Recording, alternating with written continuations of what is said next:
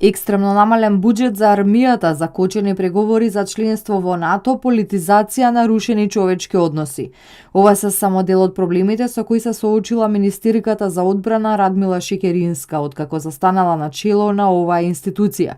Вели дека затекнала многу лоша состојба во речиси сите сектори, а за дел од нив и требале месеци за да ги врати во колосек.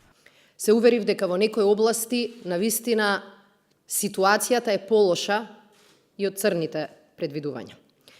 И покрај декларираната заложба и на минатата и на сите претходни влади за членство во НАТО на Република Македонија, затекнавме запрени реформи во одбраната и одлагање на сите клучни процеси. Наместо секој ден поблиску до посакуваното членство за НАТО, секој ден со недомаќинско работење со одбраната, земјата се повеќе се оддалечувала од оваа декларирана цел. Да, состојбата беше полоша од очекувањата и предвидувањата, но во политиката секогаш сум работела со силна верба дека ако се има јасна политичка волја, ако се има јасно декларирана цел и ако одговорно се работи, можно е работите да се подобрат.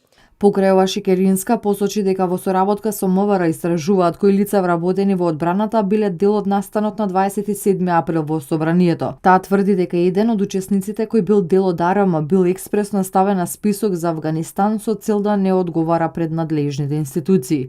Она на што се насочиле како Министерство за овие 100 дена е обезбедување на подобри достоинствени услови за работа на секој војник. Во идниот период, како што вели Шекеринска, ќе работат на откочување на процесот за членство во НАТО, модернизација на армијата како и сигурност на граѓаните.